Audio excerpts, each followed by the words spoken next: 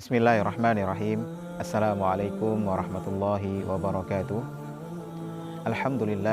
Alhamdulillahi rabbil alamin, wal aqibatu lil muttaqin, wala udwana illa 'alal zalimin. Asyhadu an la ilaha illallah wa asyhadu anna Muhammadan abduhu wa rasuluh, la nabiyya ba'da. Allahumma shalli ala sayyidina Muhammad wa ala ali sayyidina Muhammad. Jamaah kaum muslimin yang dirahmati Allah Subhanahu wa taala, mari sama-sama kita puji syukur kepada Allah Subhanahu wa taala yang mana oleh Allah telah memberikan kepada kita sehat badan, sehat pikiran, sehingga sampai saat ini pula di Ramadan yang ke-15 ini Allah masih berikan kita kesempatan untuk menjalani sisa-sisa memenuhi amal soleh di bulan yang penuh keberkahan ini. Dan tak lupa pula selawat bernadakan salam sama-sama kita sanjungkan kepada Nabi besar Muhammad SAW, yang mana karena jerih payah beliaulah hingga saat ini kita bisa merasakan indah nikmatnya Islam, indah nikmatnya iman. Jamaah kaum muslimin yang dirahmati oleh Allah Subhanahu wa taala,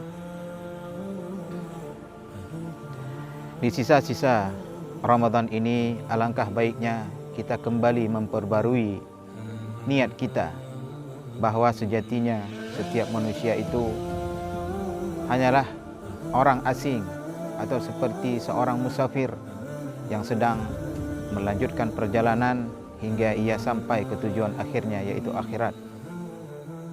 Sebagaimana Rasulullah SAW menasihati Abdullah ibnu Umar radhiyallahu anhuma, suatu ketika disebutkan dalam hadis, khadha Rasulullah sallallahu alaihi wasallam biman tibayya faqala, ketika itu Rasulullah memegang dua pundak Abdullah ibnu Umar, kemudian beliau menasihati Abdullah ibnu Umar dengan kata-kata, kun fid dunya ka'annaka gharib, hiduplah kamu di dunia ini seperti orang asing, au abiru sabil, atau seperti seorang musafir.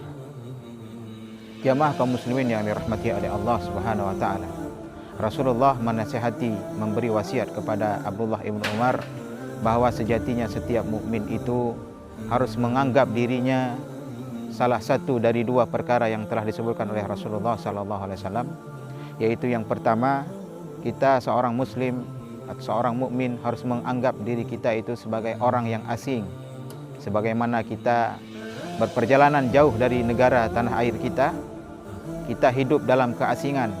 Tentu saja kita selalu menginginkan untuk kembali ke negara asal kita. Begitu pula ketika kita hidup di dunia ini, bahwa tempat asal kita yaitu akhirat yang kekal abadi. Maka di dunia ini hanyalah tempat persinggahan, tempat yang asing bagi kita, karena asal kita adalah akhirat.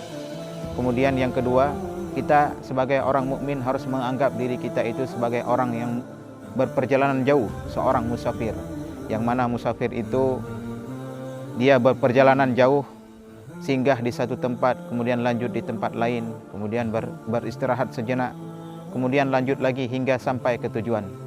Begitu pula ketika kita hidup di dunia, kita sebagai orang musafir, bahwa tujuan kita itu adalah akhirat, sedangkan dunia ini hanyalah tempat kita untuk mempersiapkan segala bekal nanti ketika kita sampai ke tempat asal kita, yaitu akhirat yang kekal.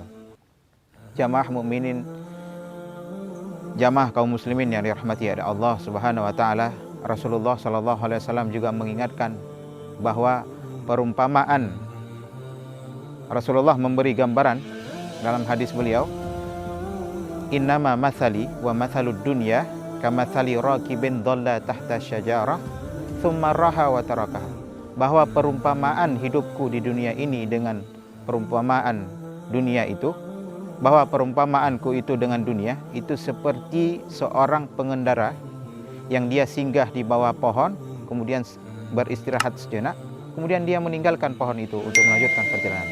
Begitulah gambaran yang digambarkan oleh Rasulullah SAW, bahwa kita ini semua orang mukmin harus memiliki perasaan seperti itu, bahwa kita hidup di dunia ini hanya sebagai musafir yang hanya hidup sementara, dan pada saatnya tiba nanti kita semua akan kembali kepada akhirat yang kelak.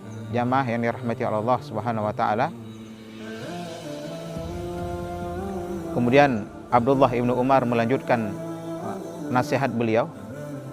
Wa kana Ibnu Umar radhiyallahu anhu yaqul, "Idza amsayta fala tantadhiris sabah." Jika kamu berada di sore hari, maka janganlah tunggu waktu pagi. Wa idza asbahta fala tantadhiril masa. Dan apabila kamu berada di waktu pagi, maka janganlah tunggu waktu sore. Abdullah ibnu Umar melanjutkan nasihat daripada Rasulullah, bahwa ketika kita masih Allah berikan waktu yang banyak, waktu peluang, sehingga maka jangan kita undur-undurkan waktu kita untuk terus beramal saleh. Jangan kita undur ketika kita punya kesempatan di sore hari untuk berbuat kebaikan, maka jangan kita undur di waktu pagi. Mungkin di malam hari kita sudah kembali kepada Allah, Allah cabut nyawa kita. Begitu pula ketika di pagi hari kita bisa beramal saleh, maka jangan kita tunda, nanti sore kita akan berbuat. Maka menunda-nunda itu bukanlah perbuatan yang dianjurkan Rasulullah SAW. Kemudian Abdullah ibnu Umar melanjutkan, wa khudh min sihatika lima radiyah. Maka jagalah waktu sehatmu sebelum datang waktu sakitmu. Begitu banyak hari ini mereka yang menganggap dirinya itu sehat, tapi dalam sejenak, dalam sekejap Allah cabut nyawanya. Begitu pula mereka yang sudah dokter vonis kehidupannya itu hanya sisa beberapa hari saja, tapi tidak kunjung Allah cabut nyawanya. Oleh karena itu, ketika kesempatan itu Allah berikan kepada kita, bahwa itu adalah sebuah nikmat yang harus kita jalankan, harus kita syukuri dengan terus berbuat kebaikan. Kemudian lanjutan daripada nasihat Abdullah ibnu Umar, wa khudh